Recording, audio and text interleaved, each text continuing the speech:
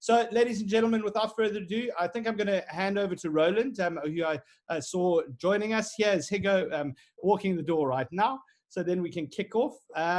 And thank you very much for joining Strauss & Company, and back with our regular programming of Zoom talks. And without further ado, I'm going to stop my sharing here. Hi, Roland and Higgo, are you here? Matthew, I'm very well. How are you doing? Very good, thanks. Nice to see you again. Great, good to see you again. We've been quiet for a while. So as I was saying, today we're going to be talking about the Cape Heritage theme inspired by Chenin and Pinotage. I am going to stop sharing my screen, Roland, so I'm going to pass over to you here.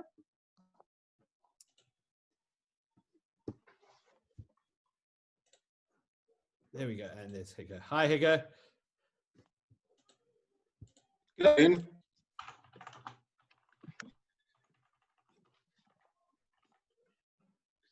Oh, hi, Angela. Nice to see you. Sorry, Higgo, I'm just getting my screen shared, and then we can go from there. Okay. Oh, no problem. I should have taken it off security, allow participants to share screen. There we go. Try again. There we go.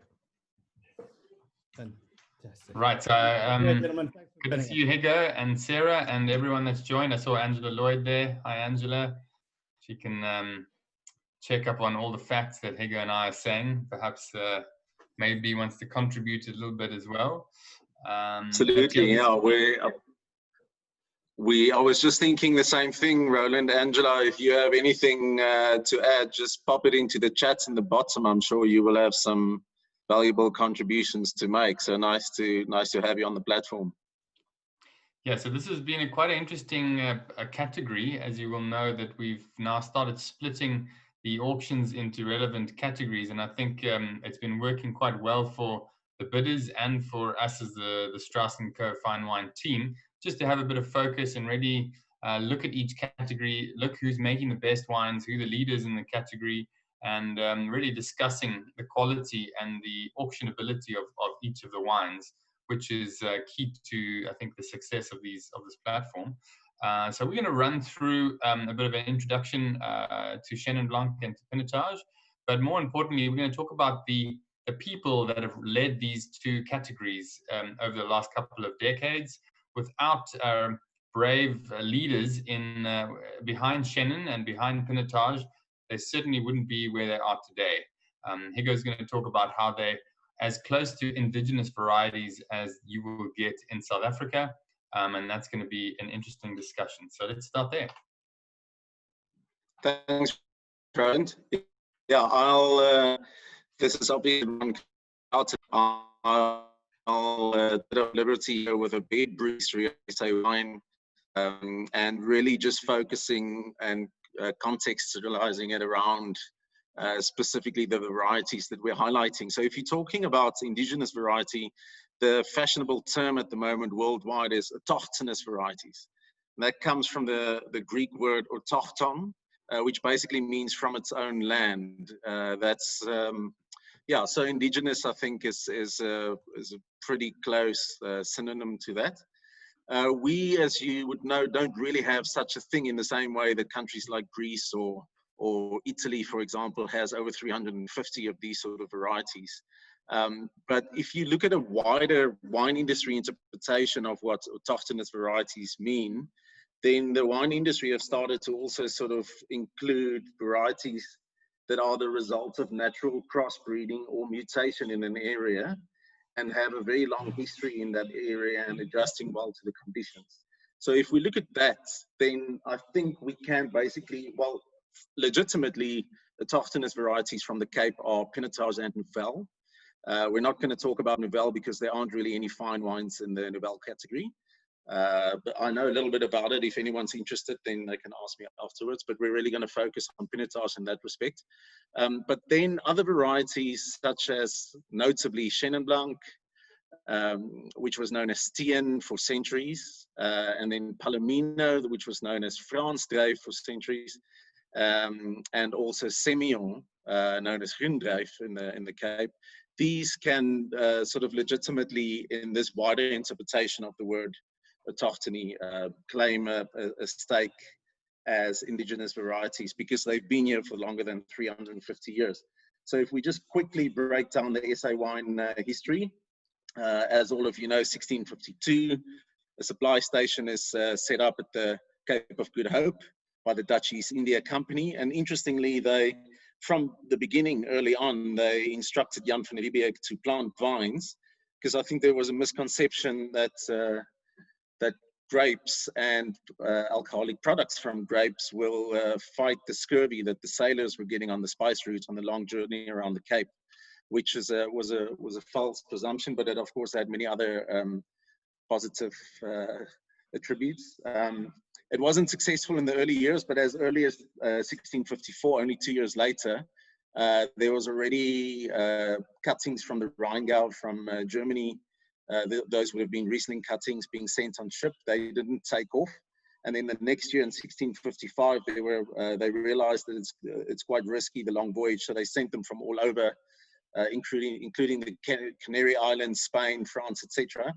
And then it started taking off to the extent, and what's sort of argued is the only one that we're certain was part of that 1655 cuttings were French Muscat or Muscadel, but probably already then included Chenin and Semillon. But by 1659, as we famously know, as this slide shows, Jan van Riebeeck's diary entry says, "Today, praise be to God." So that's now 361 years ago. I remember 11 years ago when the South African wine industry celebrated 350 years. So this is not the oldest of the New World producing countries, but it's certainly one of the oldest in that sense then.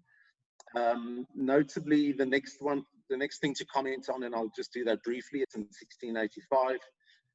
The follow-up governor was Simon van der Stel, and he established the Constantia farm, 50 hectares Constantia farm. That would have been most of modern-day Constantia and Bergvliet and surrounding areas, so it was a massive area. It wasn't really allowed by the Dutch East Company officials to claim as big a size of land. And you would all know the Constantia wines then gaining fame. A century later, they started expanding and exporting to Europe quite considerably. And we know all the famous quotes from famous people around the world. So the wines of Constantia, a lot of fun, but that's obviously mostly with Muscat grapes. But interestingly, as early as 1705, only a couple of decades later, there was a quote, if I can find it here, by a Dutch writer who already commented on the quality of the Steenwyn and so it didn't be the some wines from in the year 1705, so by the turn of the century. Later, I think it's interestingly to note that Chenin was one of the first Pintar. Sorry, folks. Higgo, your internet seems to be playing up a bit there. Oh, is it? Okay, it seems a bit better. Should I maybe remove the video? Should we try that? You can, but let's try again, shall we? Yeah, I apologize for that. I think because I live in Elgin, out in the sticks a little bit, when the weather is like it is today, our internet isn't that great. So just Roland, stop me again when it's not clear. Then I'll just turn off my video if that's okay. But so yeah, I've mentioned that those varieties, Palomino, Chenin, and Semillon, and Muscats were some of the early varieties. And the late and mildew hit quite close to each other, 1866 and 1859 respectively, and changed the landscape of South African wine considerably, because when they found the solution about 20 years later, which was American rootstock, the replanting that's occurred then was mostly focused on vines or grape varieties that have high yields. So it was all about planting stuff that's disease resistant and that gave high volumes on yields.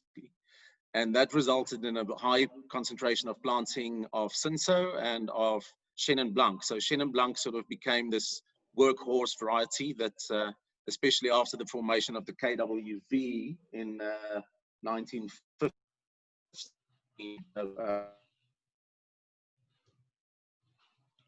Higgo, you're pausing there. Let's just stop you there. Okay. All right. Maybe I'll just contribute a little bit. Yeah, Higgo was just getting on to the fact that Chenin Blanc was really planted as a workhorse variety that was resistant to disease, that was able to produce large volumes, and quite a malleable grape variety as well. So at the turn of last century, Chenin Blanc was quite a large part of South African wine. And Higgo, did you want to fast forward to modern day, or are you still talking about Cinsault and Chenin of old day? No. Basically, I am running through the latter centuries here a little bit, but by the turn of the century, as I mentioned, then these high-yielding varieties were planted and encouraged.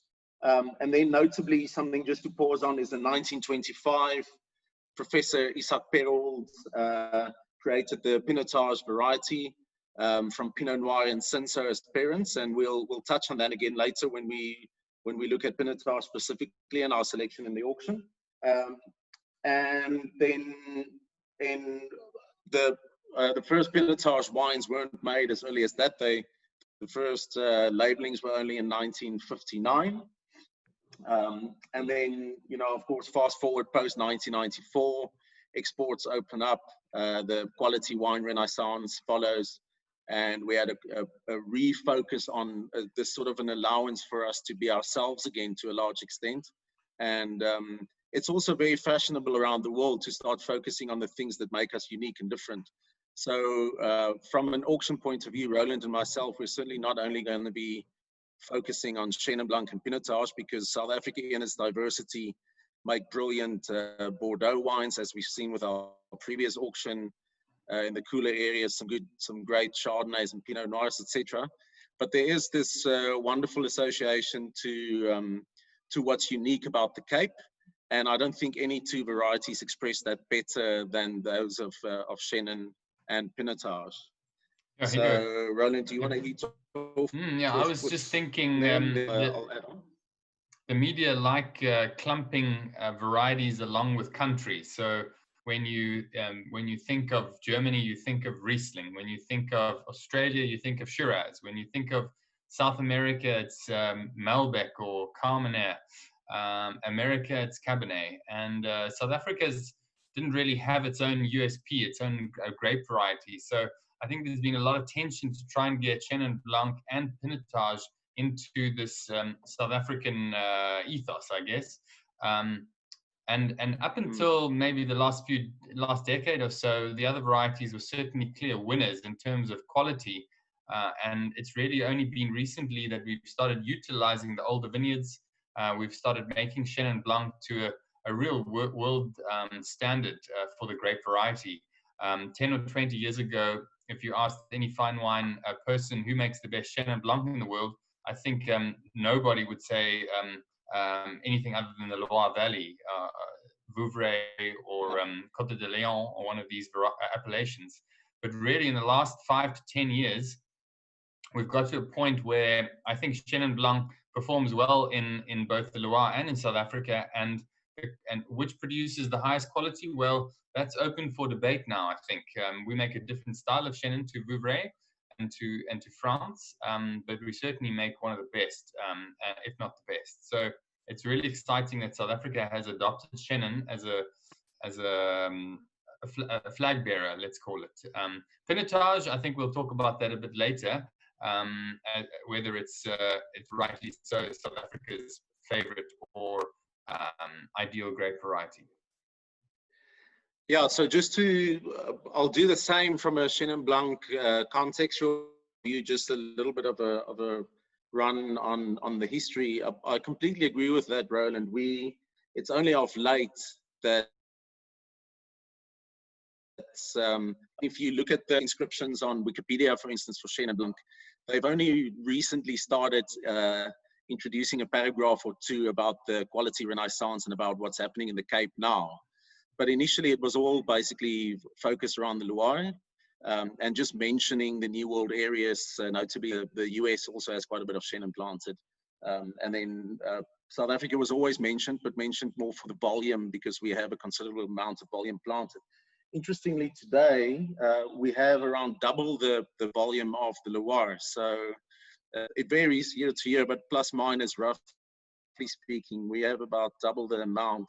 So that really gives us this just economy of scale, the opportunity to really, I don't want to refer to calling cards because that is really something that I think, you know, you oversimplify what South Africa has to give and what the wine world has to give.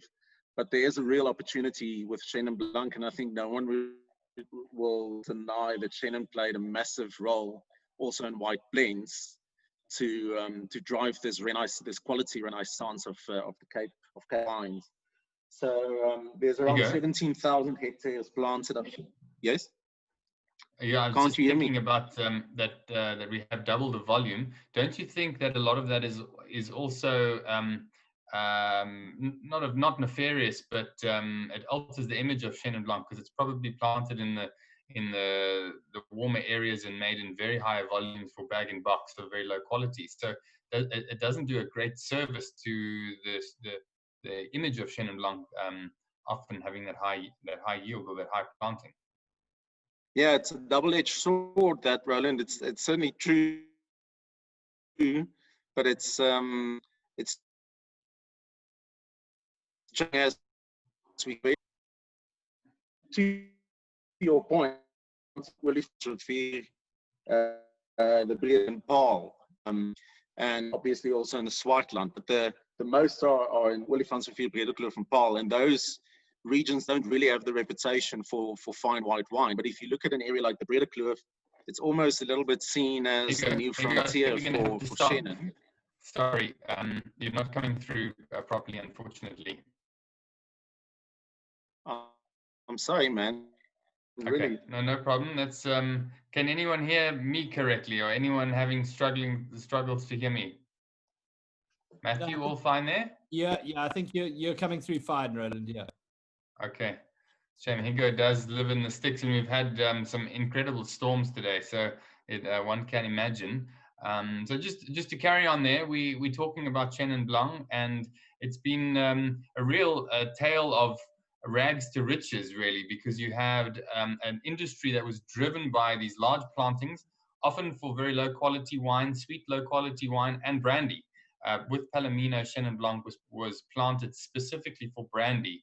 And it's really only the last 15 years that we've seen winemakers taking it a lot more seriously and certainly documenting and farming these old vineyards back to life. And they're the ones that are pushing the boundaries in Chenin Blanc. But we'll start where I think is probably the best place to start for Chenin. There were some incredible sweet Chenins made by Nederburg in the 70s and 80s.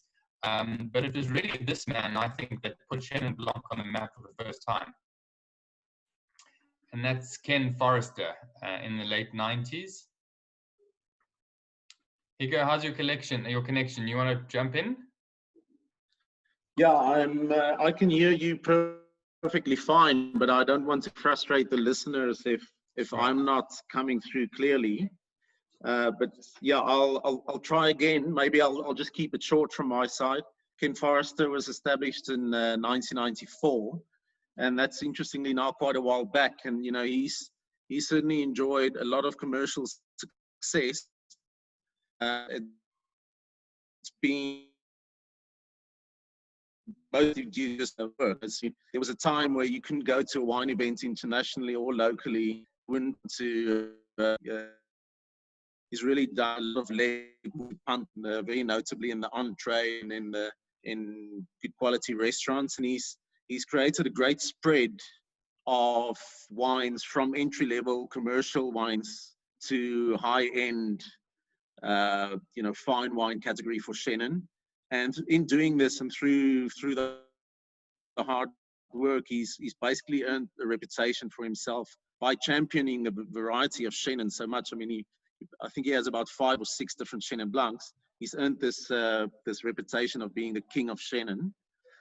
But him and his wife came from Johannesburg in hospitality, and they came down to Stellenbosch and set up the winery and also a restaurant with the help of his brother, 96 Winery Road. And that restaurant became super popular as well. But I think the wine that probably put Ken Forrester on the map was the FMC, which is Forrester Maynard Chenin, and he refers to it as something else. Let's just say he calls it African Nobles Chenin Blanc.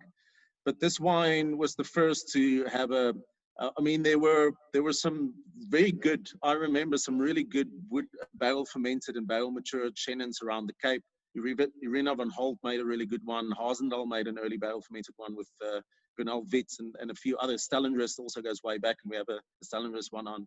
But I think Ken really, being one of the early ones, really put the variety in this serious form on the map, and he also stuck his neck out with regards to price point. So FMC was this luxury white wine. And I remember doing wine shows, and Johanna would just come up to me and say, just a real popularity with this. We've lost you again there. Sorry, Higgo. I'm just going to take over. Yeah, to this day. I think you're just talking about how Ken Forrester has been such an incredible driver of Chenin Blanc, and that's what the theme I think you'll see is that these varieties need someone really truly committed and passionate about the variety to push it forward in a world context. And Ken Forrester certainly did that with this wine driving it, the FMC, and it was made off dry. So in the Loire, they're famous for making quite sweet Chenin Blancs as well as dry ones, depending on the climate. But Ken made quite a sweetly rich wine, which had a fair amount of oak, and it appealed to a lot of palates. But it still had balance. It wasn't vulgar. It wasn't over the top. It was very well balanced, and it ages incredibly well. We've done verticals back all the way to the initial vintages, and they've aged incredibly well. So he was really the first to take the old vine Chenin Blanc, and I think there's a vineyard planted in the 70s on his farm, and that produces this wine. And to create that beautiful texture, acidity, and the lovely flavors that Chenin Blanc can offer in our Cape climate. And he's done so, as Higgo said, with a number of different wines. In fact, I was drinking on the weekend the Sparkling Horse, which is a bit of a fun Chenin that he makes. It's a Cap Classique style. It's bottle fermented, and it really is incredible. It's the best Chenin MCC, I think, that's made in South Africa, and it's 100% Chenin, really good wine. Roland, can you hear me okay now? I just want to jump in there. So that's just an interesting comment there to make about Chenin. I mean, it's got this massive diversity in its style, and the only consistency, the one thing it always has is high natural acidity. But this has led to a vast array of styles, not only in South Africa, but also in the Loire Valley. So it produces everything from interesting dry fruity whites to sweet wines, and then notably the sparkling wines of the Loire. And this is something that's opening quite a few doors for MCCs, the Method Cup Classique in South Africa, because of this high natural acidity that you get when you pick it a little bit earlier. So very nice category for it, yeah. Yeah, and just to finish up Ken's story, I mean, he's been doing this now for almost 30 years, and he remains committed to Chenin. And Higgo was talking about how he travels a lot to championing Chenin, and it really worked in his favor because he sold the business, Ken Forrester Wines, to a large French winemaking business called Advini, and they have the brand La Roche, and that's done wonders to get Chenin Blanc to the world. And the distribution of Chenin Blanc is now better than it ever has been. And Chenin is starting to become a brand, and started off and now ending off with Ken. So really, if there's anyone in South Africa that's synonymous with Chenin, Ken Forrester is it. All right, Higgo, do you want to talk Roland, about Brevard? Just one further comment on that previous lot, the 2009. Don't be put off by the age of that. You know, that might be an 11-year-old wine. We had this wine and we poured it at a recent Strauss event, and people just kept coming back for the wine. It's whether you're a wine aficionado, this is not one of those where you have to understand the wine. It's simply delicious. And Chenin is, I mean, a lot of people believe Chardonnay is our best aging wine category. I strongly contest that. I think Semillon and Chenin are our best ageable varieties. Chenin, due to its great natural acidity from anywhere in the world, if it's made in a quality style, and especially from older vines, you just get great ageability on it. So don't be put off by the age here, folks. This is a wine that still has retained a lot of freshness, and it's delicious. So yeah, we can go on to Brevard. I'll keep it short again for the sake of the connection. So Brevard has a similar championing of varieties. Maybe he came a little bit after Ken Forrester, but he's done a similar amount of work, and he's had a similar amount of success, both with Chenin Blanc and with Cabernet Franc. And we've sold in previous sales very successfully some of Brevard's Bordeaux Reds and Cabernet Francs. So now on to what he's done with Chenin Blanc. Brevard also argues that you don't need to necessarily have old vines. He combines older vineyards and younger vines. But with the Raats family Chenin, and more recently the Eden Chenin Blanc, it's just some incredible complexity, ageable Chenins that's done superbly well for, once again, for championing the variety. And when you think about, he's only established Raats in 2000, after leaving Dallaire, I think was the last winery that he worked at. He's really built a massive brand very quickly in only decades with Raats family wines. Roland? Yeah, I think a great introduction. And, you know, what I'd like to add is that consistency has probably been Brevard's strong suit. You know, from the beginning, he's made a very dry, pure, and honest style. He's made a more fruity, original style, but still bone dry. He's made an old vine Chenin, which has been consistently excellent and very elegant for the last 20 years. And now he makes the Eden as well, which is a special vineyard that he's planted. And I remember succinctly in the mid 2000s, you know, Brevard was getting some international fame for his Chenins. I remember Jancis Robinson, you know, writing extensively on Brevard and how he's championing Cabernet Franc and Chenin Blanc, which would be equatable to maybe be punting Palomino today. You know, it was absolutely outrageous that someone from South Africa was going around saying that Cabernet Franc and Chenin Blanc would make South Africa great South African wines, and he caused quite a stir back then. A real pioneer, I think. Yeah, something we haven't mentioned earlier, Roland. Maybe from a historical point of view, that's notable. You know, as it's not that long ago, in the 1960s, we made the Lieberstein wine.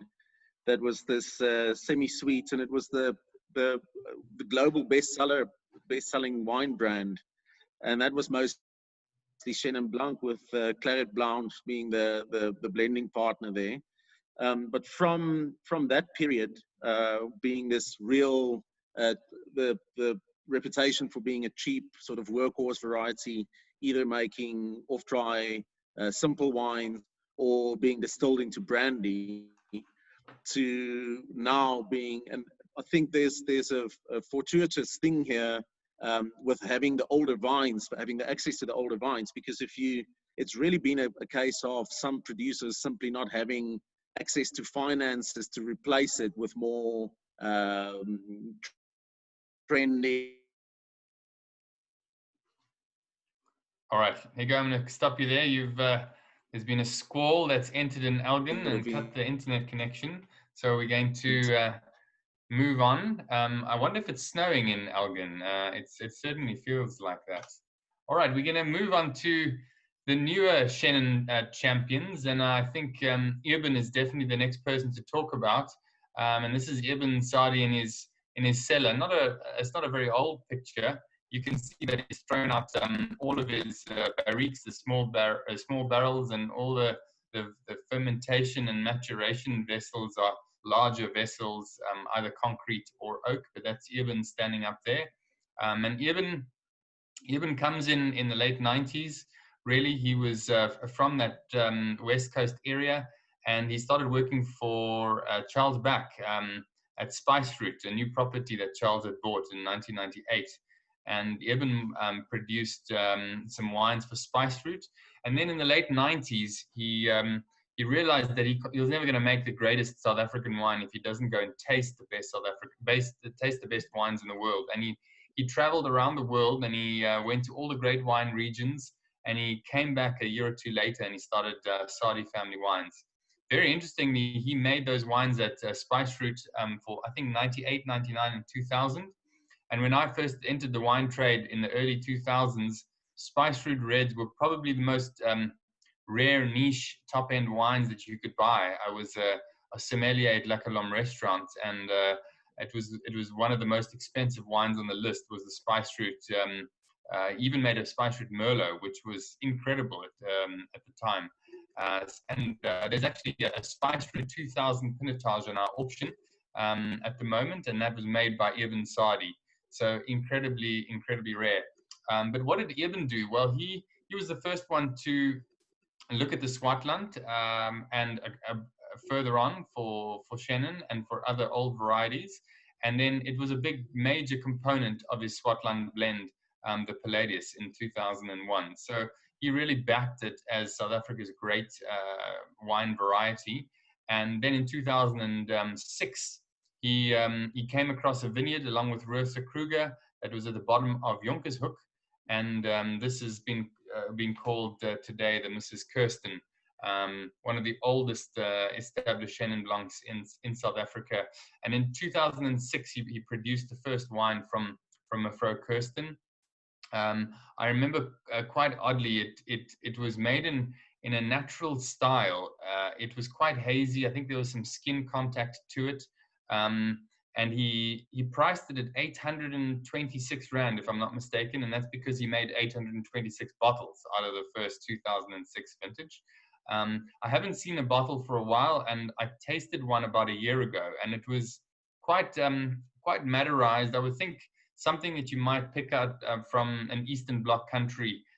Quite an odd experience, not the Chenin, not the Chenins of today, and maybe not the Mrs. Kirsten. So the first few vintages of Mevrouw Kirsten were more of experiments, and then by 2009 he realized, hang on, there's some amazing old vineyards. Let me farm them back to life and treat them as if these vineyards can express the terroir more succinctly. And the Old Vine series was born in 2009, and Mevrouw Kirsten was part of the Old Vine series. And we've actually got one of the original Old Vine series on the auction. It's incredibly rare today. Just difficult to get that full set. But yeah, this is the Mevrouw Kirsten, and made in small quantities. You can see there 82 cases, and it's sold on allocation every year. As a merchant, wine seller gets a few cases, and we have to allocate just a bottle here, a bottle there, a bottle there. So extremely rare.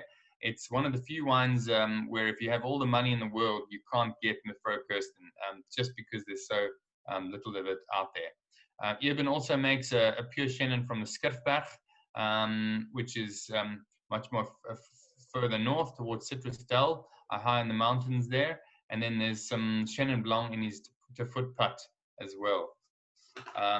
What has Eben done with Chenin Blanc? Well, I think he's reimagined it and put it on a bit more of a pedestal, especially from the Swartland.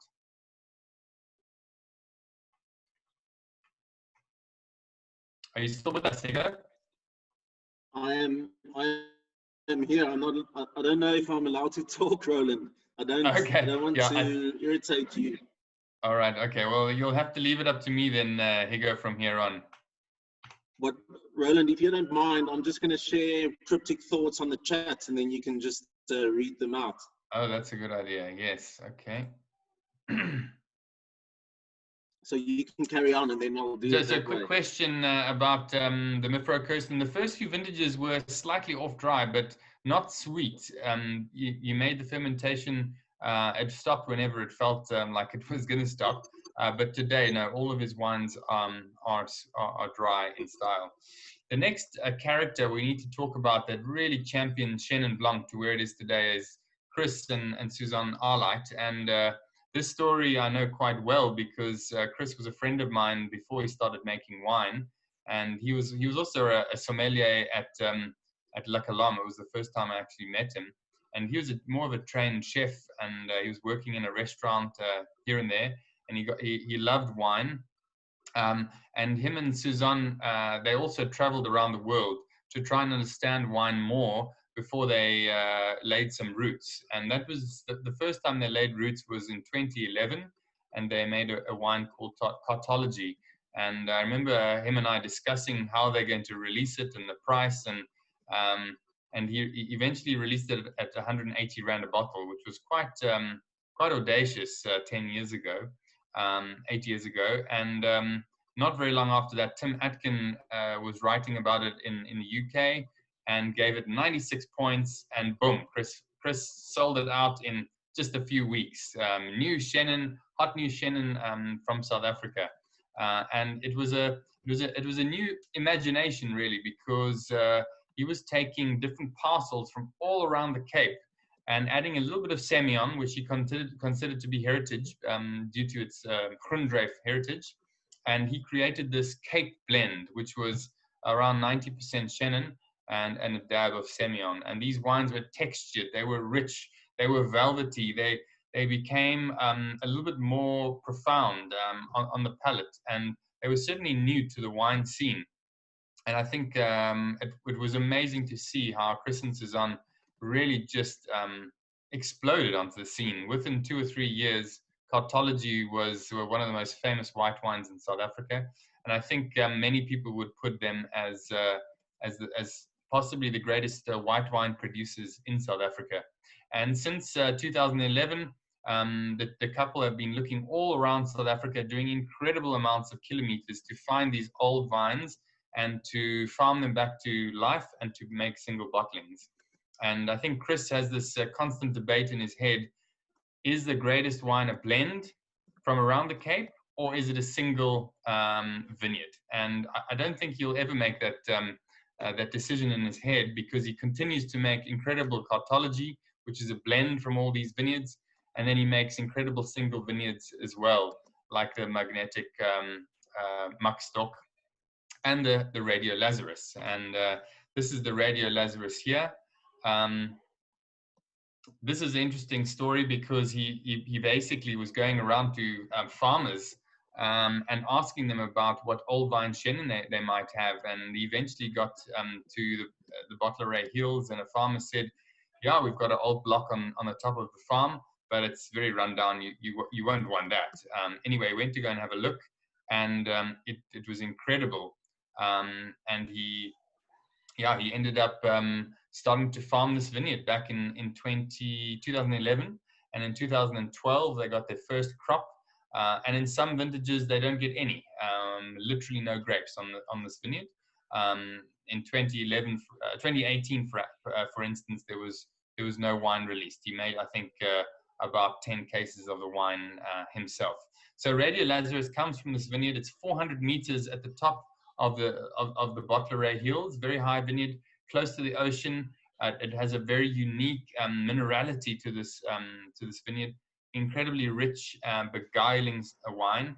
And again, very much like the Mifro Kirsten, you just can't get these wines. They get allocated every year, and to find 6 bottles is just not easy. So I expect this wine to sell very well. And much like the Sardi wines, the Arlite wines tend to sell quite well on the secondary market, and the prices do jump quite considerably. So we've mentioned these old vines, and we haven't put a winemaker or a picture of Rosa Kruger, but Rosa Kruger has been very instrumental in finding a lot of these older vineyards and helping these winemakers farm them back to life and produce incredible wines. The other family, or the other producers that we should mention, are the Molyneux.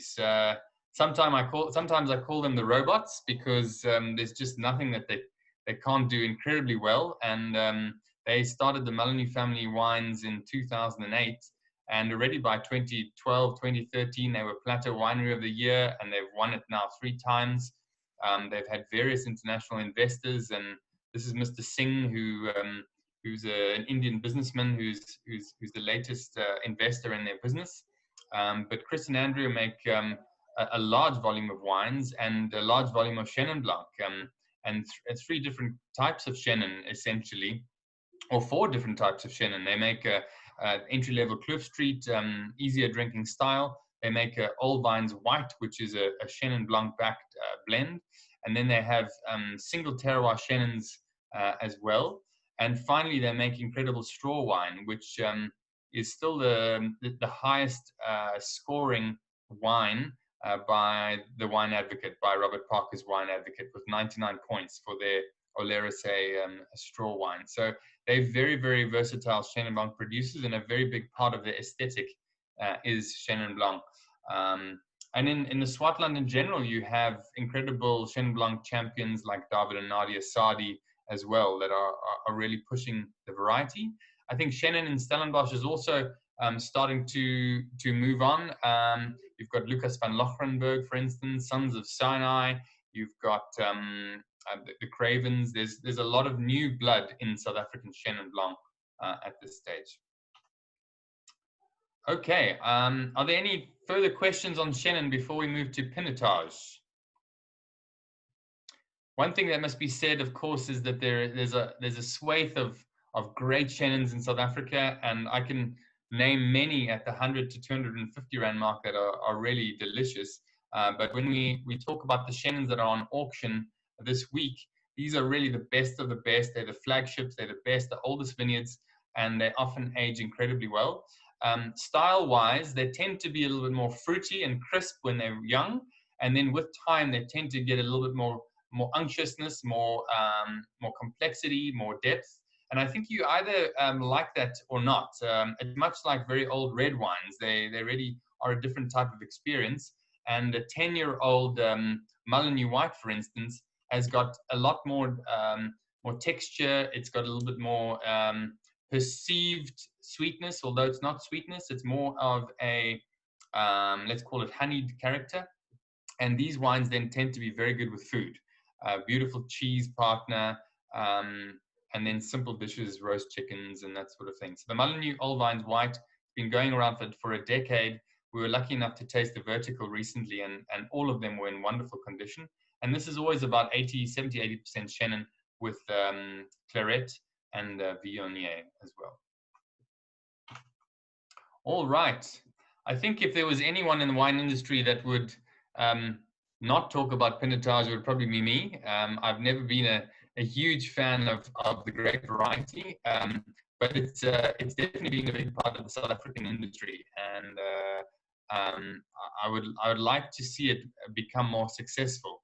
I think there's a lot more opportunity, and Higgo and I were discussing for this presentation who we're going to talk about with Pinotage, and we only came up with 2 big names, and without those 2 big names, I think Chenin Pinotage would be absolutely nowhere.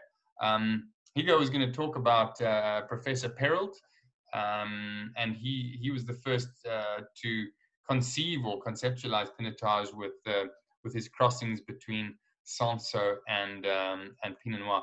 Angela, maybe you can, if you're still listening, do you have any more insight on Perrault? What was his motive to make Pinotage?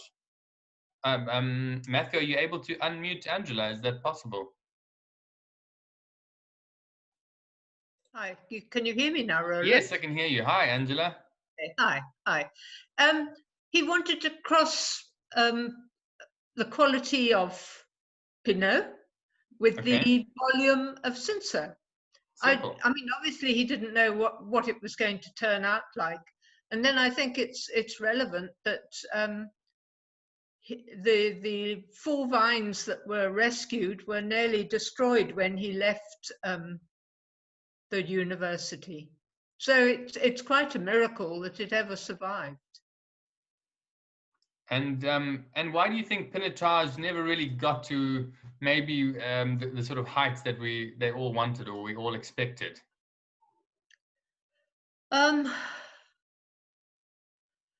Maybe, I don't know. I mean, it was the early examples, and having tasted from, I've had a 59 and some of the ones from the 60s, they were very much more Pinot-like than Tage. I think they've got much heavier. I mean, the ones you've got on the auctions are what most people would think of as quality Pinotage today. But I think we're also finding cooler areas coming into their own with Pinotage. Hemel and Ardor, you know, like the like Hamilton Russell with their Southern Rite, and other people who make it along the cooler areas there.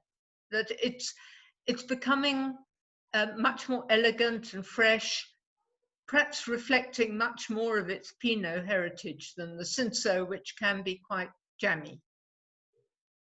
Absolutely. Thank you, Angela. If there's any other comments, you must just put up your hand, but completely agree. And we do have the Spionkop Pinotage in the lineup, which is more on that elegant side.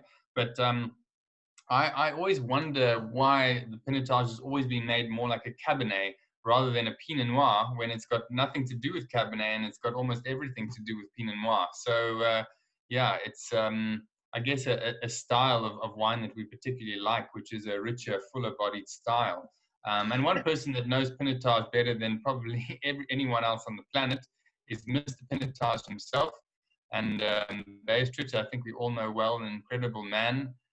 When he speaks, it really it's just a great time just to sit back and listen to what he has to say. A man of great insight, and he's championed Pinotage for a very long time. And I think the seminal moment was in 1991. He won the Robert Mandami Prize at the IWSC International Wine and Spirits Competition, which was a very big competition back then. He won Winemaker of the Year with his 1989 Pinotage, working at Kanonkop, and that really put him on a new level, and it put Kanonkop and it put Pinotage on a new level, winning that award. So Beyers, he finished university as a winemaker in 1979, and 1981 was his first vintage at Kanonkop. He took over from, of course, Jan Boland, and Kanonkop was already in the limelight because Jan was a rugby player, and you know, Kanonkop was starting to become very famous. But it needed top winemaking moving forward, and Beyers Tritter certainly supplied that. And he started the Paul Sauer in 1981, and that just grew from strength to strength. So Beyers was a long-term winemaker at Kanonkop. I think he only left in 2003. So it's a huge 22 years he was at Kanonkop. But in the background, he bought a farm in Stellenbosch called Beyerskloof, and he started Beyerskloof Wines in 1988. And he kind of ran these two in parallel, which I could never quite understand, but somehow he did it extremely well. And I think that his white label Beyerskloof Pinotage is probably the largest Pinotage produced in South Africa. It's I heard somewhere 600, 700,000 bottles. So not only does he make great wine, but he can make large volumes as well. Yeah, so his top wine is his Diesel 2010. And if you know Beyers, he does like big, richer styles of wine. And he sort of stepped down over the last few years, and Henri, his son, has taken over the Beyerskloof label. But really, the family champions Pinotage and continues to do so, and really gets it right. I think what Pinotage doesn't like is a bitter harshness or rusticity. And I think what Beyers did was bring pure fruit to the fore and really balance that well with oak. The 1989 Kanonkop that won the Robert and Davy wine award was the first time that he actually put it into barrique, and that was a trick that he learned from Frans Milan at Simon Sif. So quite a powerful, quite a rich style of pinotage that I think is very, very popular today. And it's incredible the demand for the diesel pinotage from a retail level. A very exciting and very good wine. Roland, can I just add something? Yes, please. You say that pinotage should not have anything to do with Cabernet, but I think one's got to realize that all these guys, like Beyers, like Jan Borland, like the others, are in Stellenbosch. And Stellenbosch, of course, is known for its Cabernets and its big, rich red. So in a way, it was inevitable that pinotage, yes, when it started to be made in a quality way, would become another Stellenbosch red. I don't know. That's my feeling. Yeah, no, you're right. I mean, we went to university in France, in Germany, in California, and there you were taught how to make the noble cultivars. So you had to apply the winemaking to one of the cultivars that you knew well. And we didn't know Pinot very well in the 70s and 80s, did we, Angela? It was not something that we had a lot of, and we had experience with. We had experience with Cabernet, and I think we're just starting to figure out Cabernet, and that's where pinotage fitted rather well. You're right. So Aubrey was working, I think, at Swartland Kaap in the early 2000s, and happened to meet Beyers, and he took over, I think, in 2001, 2003, somewhere around there. And Aubrey has basically taken off where Beyers left off. He's won the same awards. He's upped the quality. I think he's changed the style somewhat at Kanonkop. There's a little bit more refined tannins. He's actually changed the winemaking equipment, the way that the fermentation is done. It's a little bit more refined. Let's call it a bit more modern, without losing the Kanonkop feel, the character of Kanonkop. And Aubrey also, quite importantly, identified a single block just in front of the winery that he knew as really the best block on the farm, and that's what gave rise to the Black Label in 2006, and that was then separated out of the standard pinotage. Before then, the old vines went straight into the pinotage. But I think we know Kanonkop pinotage well. It seems to have the ageability that Cabernet has, and I think you can never go wrong putting a Kanonkop pinotage into your cellar. I think it's a variety that really portrays the vintage quite well too, because of those Pinot Noir roots. Often when the vintage is really rich and ripe, you tend to get much darker, sweeter style wines. And when it's a lighter type of vintage, the wines tend to be more red fruited. And I think the best winemakers like Aubrey are able to use the vintage conditions and produce great wines no matter what the vintage, which he certainly does in his own personal wines. And Aubrey, very much like Beyers, they're 100% Kanonkop, but on the side they're able to produce these incredible wines. Beerslaar pinotage, in fact, is probably vies as for number one in pinotage rank in South Africa.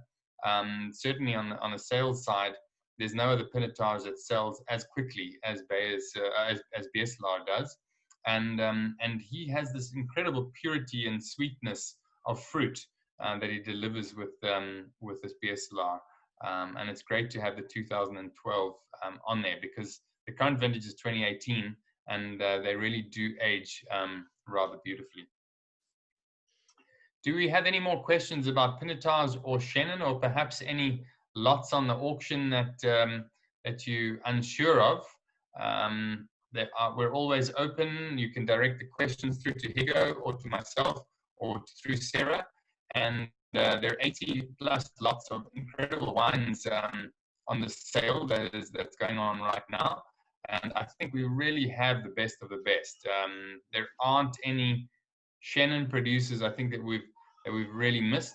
We've tried to obviously get the best, and sometimes there's just no stock. There's no stock available out there from the wineries, from sellers. So this is a really incredible sale with with some top wines in it. Roland, can I try one more time to just add one more time, comment? Higgo. Yes. I really do apologize, folks. I had so much to say, but I'll just add one more little thing, and that's with regards to ageability. I think these two varieties, and to touch on what Angela mentioned, many of these Stellenbosch pinotages can be quite muscular in their youth, but put them down for 20, 30 years and they start to show their elegant genes almost. And a very good example of what we have also selling on the sale here is the Lanzarock 1967. So there you can see how the variety can really develop and age beautifully. So both varieties, Chenin and Pinotage, being South Africa's calling cards, both have this tremendous potential for aging for decades. That's a very good point, and we've seen that, Higgo, with those Lanzarocks, haven't we? We've had some incredible moments that those old Lanzarock wines have given us. We just got one question through the chat. What about the Luddite lots? I think Luddite has been built on Shiraz, and Chenin has been a more recent addition. And almost conversely, the style that he makes in the Shiraz is quite big and rich and modern, but his Chenins tend to be on the other side. They're quite rustic and not old school, but more natural in style. So I think if you do like the more natural style of Luddite, what do I say when I mean natural? It's not built on fruit. It's not necessarily built on power. It's built more on secondary character, on earthiness, on complexity, and more natural fermentation characters, and that's how the Luddite is. So it's quite a unique wine, and I think you need to know it before bidding on it. You need to know it, that's for sure. Any other questions? I think we've covered them all, and yeah, I think it's fantastic that we're highlighting Chenin and Pinotage. And it's remarkable. Quite a few of the lots have already got some good, strong bids on them. And yeah, it's going to be interesting to see where they go. This is off the back of an incredible sale that we had a couple of weeks ago. That was a white glove sale, and everything was sold at quite remarkable prices. And it's going to be interesting to see where the Chenins and the Pinotage lead us. Matthew. Super. Thank you so much, Roland. And Higgo, don't despair. We've got you again next week. So anything there, any kernels that you want to leave us with, we've got you again. I think on Friday, Higgo's going to be joining us, and then again next week. So so there is still time. And ladies and gentlemen, we'll put for those of you that didn't manage to catch the whole talk, we'll put the recording on YouTube. So again, thanks so much to Roland and Higgo for coming today and talking to us. Higgo's just giving us a comment. Johan was saying that the Beerslaar Pinotage 2015 was Tim Atkins' SA Red Wine of the Year in 2017. And Higgo saying, thanks, Johan. He's also just pointing us to the 2012 vintage. And so he's also just saying, please bear in mind the critics' notes. I know Roland and Higgo, before the sale, put an incredible amount of effort into the critics' notes. And I think, Roland, just in the last 2 minutes, won't you just tell us a little bit about, because I think it's really fascinating for the listeners to understand a little bit of the research that you guys go into in the critics' notes and compiling the cataloging. Won't you just give us a little bit of background on what people can expect when they see the cataloging and what they should look out for? Matthew, well, look, what we're trying to do is give the best opportunity for the buyer to make a decision, and to do that with notes, I think, is the most important. We can't give you a taste, unfortunately, before each lot. We'd love to. I think we'd all love to taste them before we could buy them. But I think what you really need to do here is trust the brand. You also need to trust your own palate. You need to learn about what kind of wines you enjoy. Read the notes that we put up on there. We try and put up the recent ones. Often there aren't always recent ones. But try and get an idea of the wine. Try and read up about the wine. As I was saying, Luddite is a little bit more of a natural style Chenin. And then when you look at, say, the Kaapzicht 1952, it's a bigger, richer, a fuller style of Chenin. And the Ken Forrester then is a bit more of a sweeter style. So that should come through on the notes. And that's really the most important. We really ask our consumers, our bidders, to read the notes first, get to know the wine so that you're more confident in the purchase. I mean, what's interesting, Matthew, if you look at some of the scores on the Sardi wines in particular from the Wine Advocate, these are some of the highest rated wines ever from South Africa. If you go back 10 years, the highest scores that South Africa got was 93 points, and now we're hitting into the late 90s, 97, 98, 99 for dry wines, for incredible dry wines. And even Sardi, Chris Arlite, the Molyneux, these are the guys that have really shifted South Africa's gear. And Chenin Blanc has been a big driver of that. And I think the pricing and the demand has followed. And there's probably more Chenins. Well, in fact, there are a lot more Chenins out there above 500 Rand than there are Sauvignon Blancs out there above 500 Rand, and perhaps even Chardonnays. And that shows you how Chenin Blanc has really encapsulated South Africa and South Africa's fine wine aesthetic. And it's been really exciting to be part of that.